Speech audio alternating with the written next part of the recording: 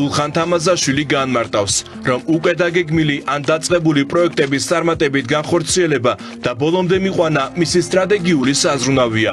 ტურისტული მიზიდულობის კიდევ უფრო ძლიერ ცენტრად ქცევისთვის აუცილებელია დათქმულ ვადებში დასრულდეს, როგორც კუნძულის მშენებლობა, ასევე დაიწყოს გონიოში MR ჯგუფის მიერ უკვე ხელმოწერილი ინვესტიციის განხორციელება.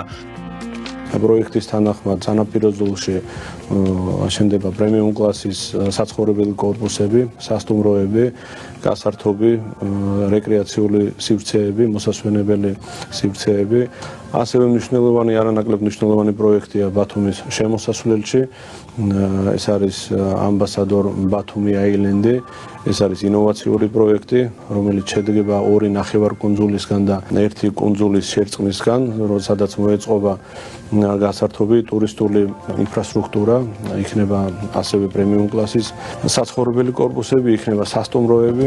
რაც მოიტანს დამატებით გაზრდილ შემოსავალს აჭარის ბიუჯეტში. საზრუნავი რეგიონში აღშენებლობასთან ერთად ისევ ხალხის მშვიდი ცხოვრება. ახლა ერთად ვათვალიერებთ განახლებულ ბულვარს, სადაც კეთილმოეწყო სასეირნო და მოსასვენებელი სივრცეები. სრული სარეაბილიტაციო სამუშაოები კი 2 წელიწადში დასრულდება. ქობულეთს ზოგადად ძალიან დიდი პოტენციალი აქვს რეალურად. მე ვთვლი, რომ გვაკლია მსოფლიო დონის მსხვილი ბრენდული სასტუმროები.